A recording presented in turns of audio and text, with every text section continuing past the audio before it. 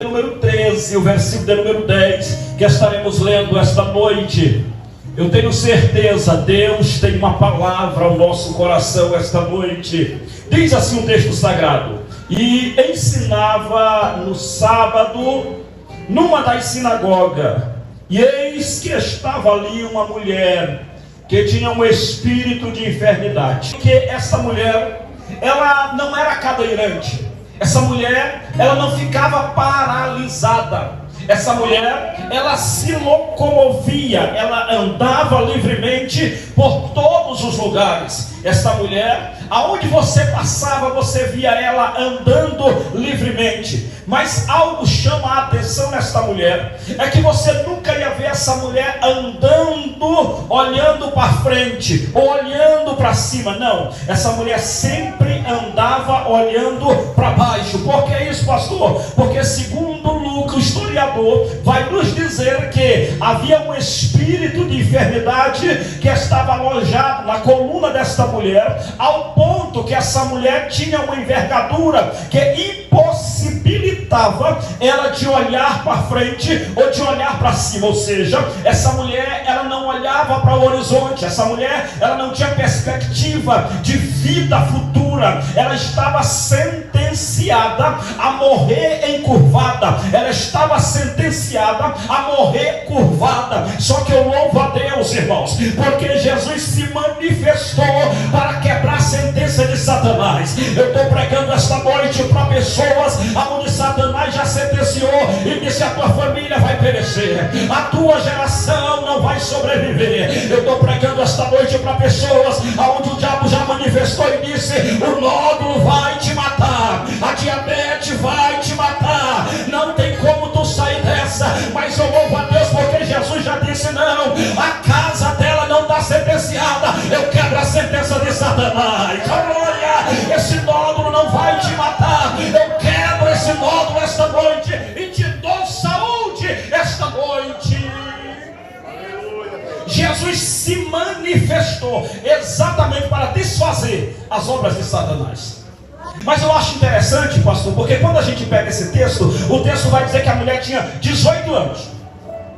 Se nós analisarmos Jesus Cristo, com os 12 anos, Jesus ele vai a uma festividade. E nessa festividade que Jesus vai, levado pelo seu pai e pela sua mãe, Jesus ia ser apresentado, porque naquele tempo, na cultura deles, a maioridade era a partir dos 12 anos.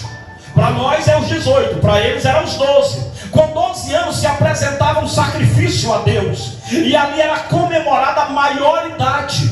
Então Jesus estava indo para comemorar também a sua independência, entre aspas, porque para eles ele já era de maior de idade. Então Jesus chega lá no templo aos 12 anos. Nesse período de 12 anos, quando Jesus estava no templo, diz a Bíblia que tem a festividade, passa-se a festa e as caravanas retornam para casa. Mas é bom nós entender que as caravanas elas não iam junto, homem e mulher, e as caravanas de homem e as caravanas de mulher só se encontravam ao entardecer, já quase adentrando a noite. E de repente estava Maria andando com as mulheres, e alguém pergunta: Maria, cadê o menino? Cadê Jesus? Aí Maria olha e diz: não, Jesus deve estar com José. Alguém olha para José e diz: José, cadê teu menino? Cadê Jesus? E José diz: não, está com Maria. Ao chegar ao entardecer, encontra-se José e Maria. Maria olha para José e diz: José, cadê Jesus? E Jesus disse: não, eu pensei que estava contigo. Não está comigo. Começa a criar uma preocupação. Diz-nos a história que eles começam a procurar Jesus e não encontram Jesus no meio das caravanas. Eles voltam ao templo para encontrar Jesus. Quando chega lá, Jesus está entre os doutores, ensinando, falando, e diz o texto que ele fazia pergunta dificílima para aqueles doutores da lei, e estavam todos de boca aberta. Olha isso aqui. Aí alguém chega, Jesus já está lá ensinando. Aí Maria e José chega e Maria diz: Jesus, nós estamos te procurando há tempo, porque tu não está conosco, estamos preocupados. Jesus olha para Maria e José e diz: não sabeis vós que eu vim tratar das coisas do meu Pai? Observa que é a primeira vez na história que Jesus abre a boca e diz que que ele é o Filho de Deus. Neste momento, irmãos, os alarmes do inferno se acionam, porque o inferno estava procurando saber quem era esse Jesus. Mas pela primeira vez houve uma confissão.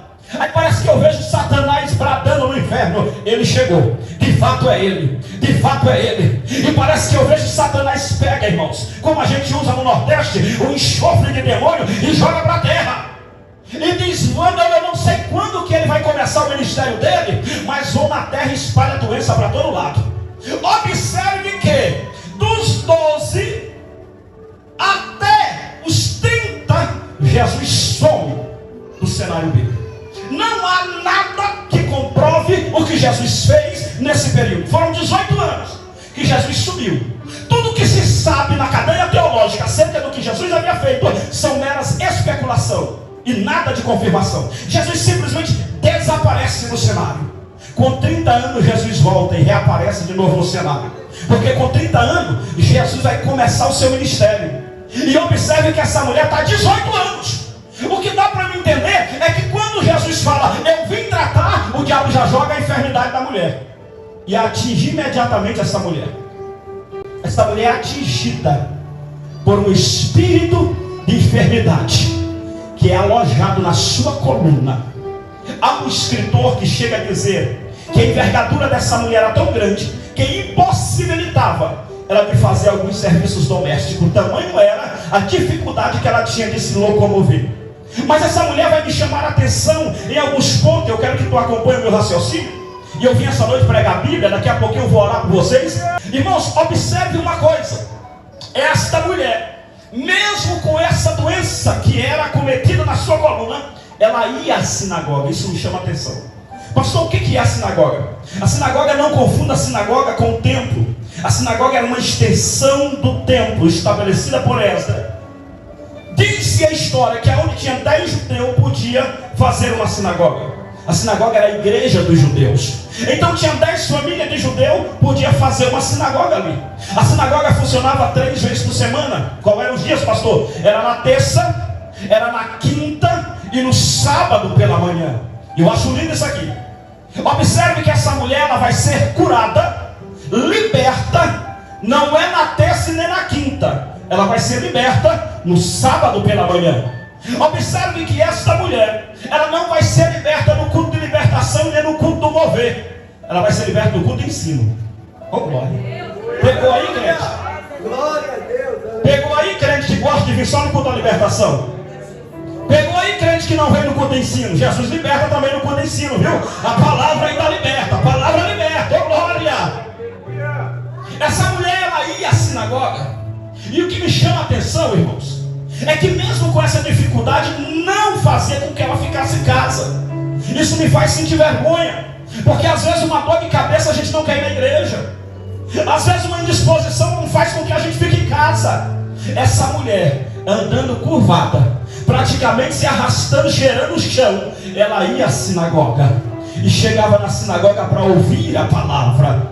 Ela ia no pensamento: eu vou ser curada. Mas ela ia na terça e não era curada. Ela ia na quinta, não era curada. Ela foi vários sábados e ela não era curada. Mas nada disso impossibilitava ela de retornar outro dia. No outro dia ela estava lá de novo, porque ela sabia: uma hora dessa eu vou ser curada dentro dessa sinagoga. Oh, glória!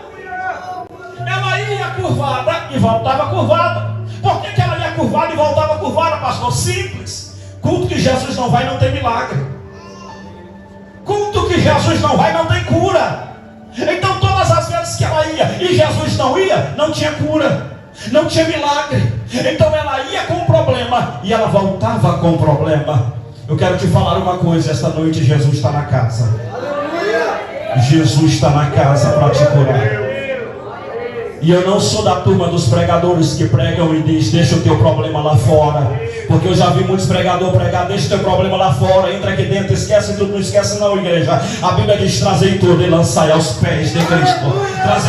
Trazei trazei tudo. Traz o teu problema, porque o teu problema aqui é resolvido. Glória. Traz essa doença, porque essa doença vai sair daqui hoje. Pastor, então a igreja é um grande hospital. Não, a igreja nunca foi hospital. Quem é que gosta de hospital, gente? Hospital eu vou quando eu estou doente, depois que eu sou curado, nunca mais eu quero pisar lá. Igreja não é hospital, mas igreja é quartel, é lugar de treinamento para chegar no céu. Oh, glória! Aleluia! Se tu crê esta noite, Ele pode curar você. Essa mulher ia, mas toda vez que ela ia, Jesus não estava na sinagoga. Mas no outro culto, ela estava lá de novo. É diferente, né, irmãos, de alguns pregadores e de algumas pessoas, de alguns cantores, de alguns membros, que quando sai o cartaz da campanha, eles selecionam: no dia desse pregador eu vou, nesse dia eu não vou. Nesse aqui eu vou, nesse eu não vou. Quando vai fazer a festa, a primeira pergunta que surge é: quem é o pregador da festa? Até parece que quem vai fazer milagre é o pregador. Quem vai curar é o pregador. Quem vai libertar é o pregador. Ou a preocupação hoje não é com Jesus, a preocupação hoje é com quem vai pregar. A preocupação hoje é com quem vai cantar. E o negócio de Jesus não é com quem vai pregar ou com quem vai cantar. Se Ele quiser, pode ser até de dentro de casa, Ele opera o milagre. Ele faz o milagre acontecer. Glória, aleluia. Ela ia, e Jesus às vezes não estava. Mas o que vai me chamar a atenção nessa mulher também é que o texto sagrado vai dizer que essa mulher tinha 18 anos. Irmãos, 18 anos é muito tempo, né? É uma vida. 18 anos é muito tempo. O que me chama a atenção é que a Bíblia vai dizer que era um espírito de enfermidade. Ou seja, não era uma doença patológica. Não era uma doença que era descoberta pelos médicos. Era uma doença no âmbito espiritual. Se tinha um espírito de enfermidade nessa mulher, eu estou para te dizer que essa mulher era endemoniada, porque o demônio já estava alojado nela.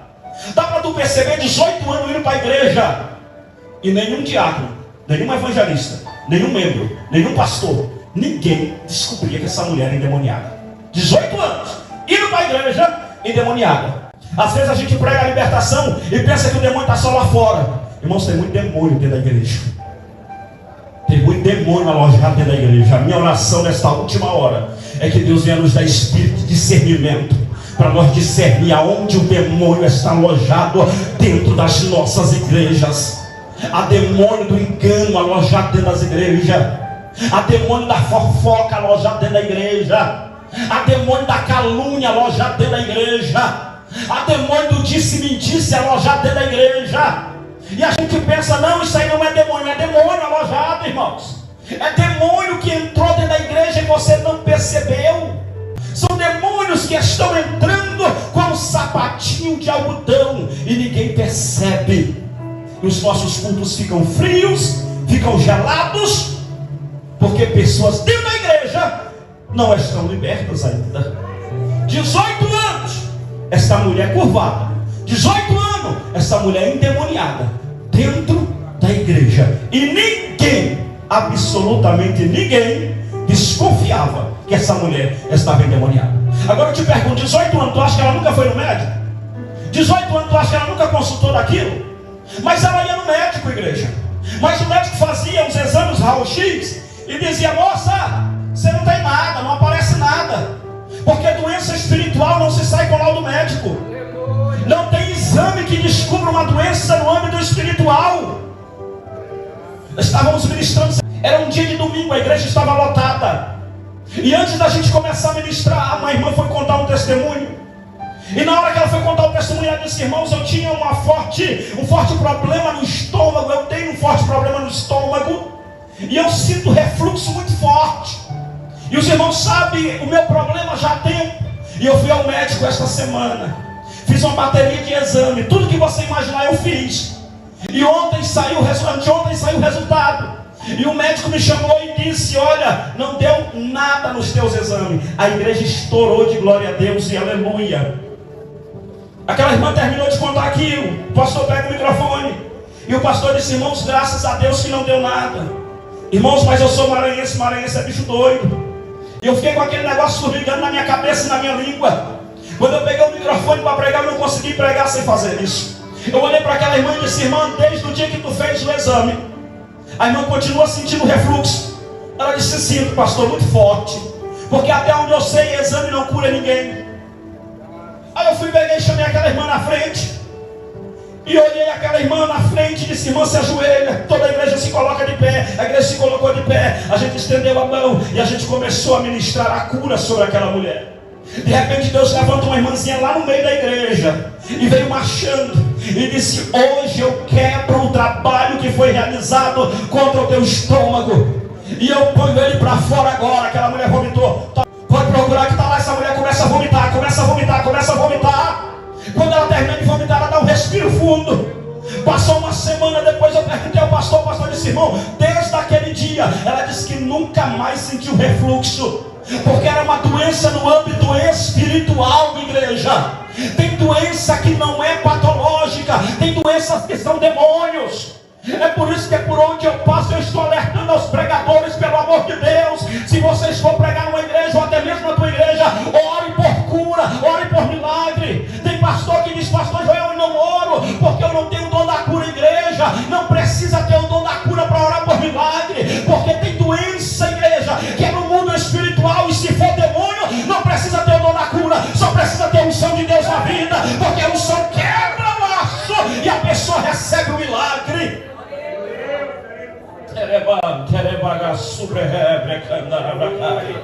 É muitas pessoas que enganam no nosso meio.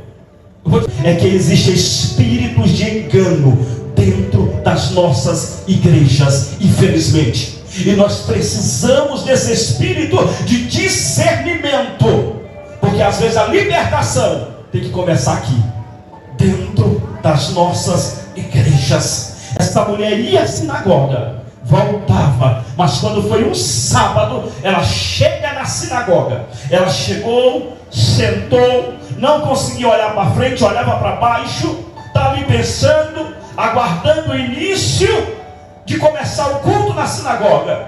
Mas aquela mulher, eu penso, igreja, eu estou conjecturando, ela ouve alguém do seu lado falando assim: o Nazareno chegou. Aleluia! Porque Jesus nunca andava só, ele sempre andava com os 12, era ele mais 12. Então imagine o barulho que fez na sinagoga, que não era tão grande, daqueles 12 homens entrando e Jesus na frente. Aí alguém olhou e disse assim: olha, o Nazareno chegou. E aquela mulher ouve aquilo, e dentro daquela mulher vem: opa, o culto hoje vai ser diferente. Esse Nazareno é o que dá vista ao cego, levanta paralítico, ressuscita mortos. Olha, o culto hoje vai ser. Ela enche-se de esperança, porque ela ouve falar que Jesus estava naquela sinagoga. Eu acho isso aqui lindo, igreja, porque Jesus chega na sinagoga. Jesus poderia olhar para ela e já ministrar a cura, a libertação. Jesus não fez isso. Jesus entra na sinagoga, sobe os degraus da sinagoga, toma assento e espera a oportunidade. Entenda isso: Jesus só opera quando tem a oportunidade para operar. Jesus só opera quando chega a hora dele operar. A igreja, tu tem que entender isso. Há um tempo de Deus para Deus operar o milagre. Não é como tu quer, não é como eu quero, é como ele quer. Quando chega a hora dele operar, pode até estar morto, ele faz ressuscitar, mas é na hora e no momento dele. Ele chegou, tomou o seu assento e o culto continuou, mas Jesus já estava de olho naquela mulher. Desde a hora que ele chegou, Jesus já estava olhando aquela mulher. Deixa eu te falar uma coisa, lançar uma palavra profética para você esta noite. Pode até ser que o teu milagre ainda não aconteceu, mas Jesus já te viu. Jesus já viu essa turbulência na tua casa. Jesus já viu essa luta na tua empresa.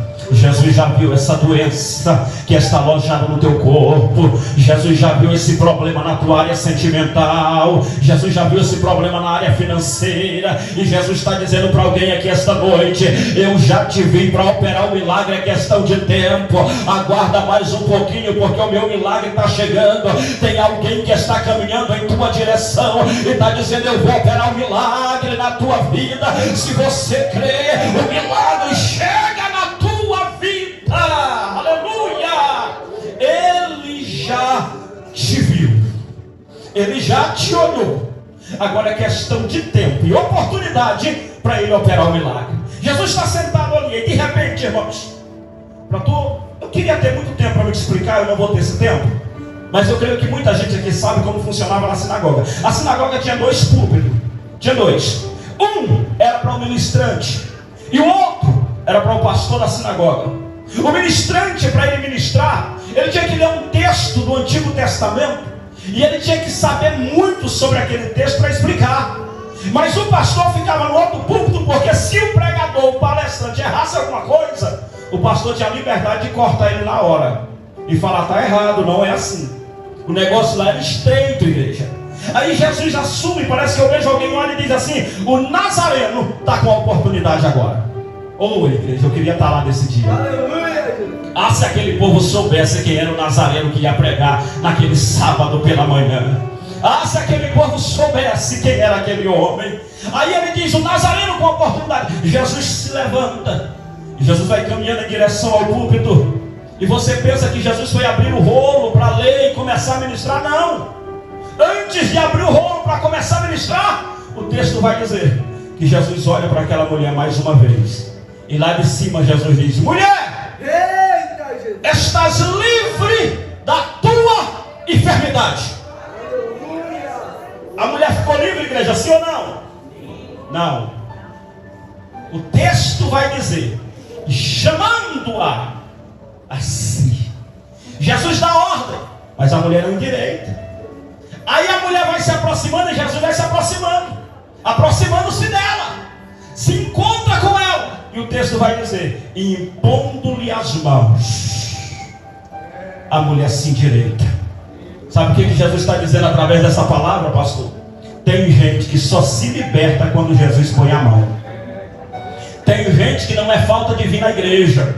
Tem gente que não é falta de oração. Tem gente que não é falta de palavra profética. Ele recebe oração, ele recebe palavra profética, ele recebe profecia, mas ele não se endireita. Ele só vai se endireitar quando Jesus põe a mão nele.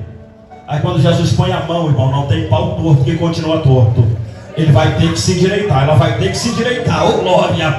Essa palavra que sai por aí dizendo pau que nasce torto, morre torto, é porque não conhece a carpintaria de Jesus. Quando ele põe a mão, o camarada se endireita. Mas aqui vai uma palavra para alguém: não espere ele colocar a mão não, igreja, porque quando ele põe a mão, ele vai te tratar na UTI, ele vai te tratar no hospital. Não espere não, ele põe a mão, endireita-te pela palavra, endireita-te pela palavra, endireita-te pela oração, endireita-te pelo jejum, porque se ele pôr a mão dele pesa.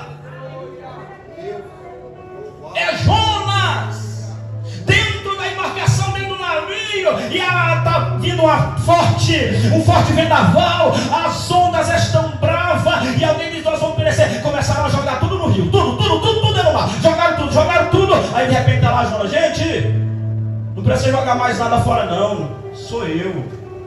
O problema aqui sou eu. Pode me jogar no mar. Jogaram Jonas no mar. E a Bíblia diz que tudo calmou.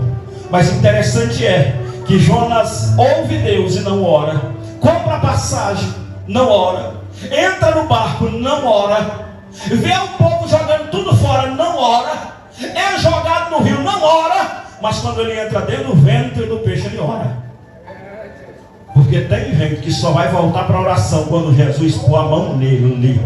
Tem gente que só vai voltar para a consagração quando Jesus pôr a mão nele. Tem gente que só vai voltar a ser crente de verdade quando Jesus pôr a mão nele. Não espere. Mulher, endireita-te. Aí a mulher foi endireitando, e o texto vai dizer que a mulher começou a glorificar a Deus dentro da sinagoga. Começou a dar glória a Deus. Nesse momento, o pastor que estava no outro ponto pode parar esse negócio aí. 6 dias tem que é para essa mulher vir ser curada. Hoje não pode. Irmão, Jesus nesse momento, como vocês dizem aqui no Goiás, ficou muito grilado. Olhou para esse camarada e disse assim: hipócrita. Dá para tu entender isso? Que Jesus está chamando o pastor da igreja de hipócrita. Jesus disse: hipócrita, porventura no sábado tu não desata o boi, o jumento, e dá água para eles beber? Por que eu não posso desamarrar essa filha de Abraão que há 18 anos está acorrentada? Tem muita gente que pensa que pode mandar na igreja, que não pode batizar com o Espírito Santo, não pode falar em línguas estranhas, não pode profetizar, não pode orar por cura. Aqui não. Ei, essa noiva tem dono.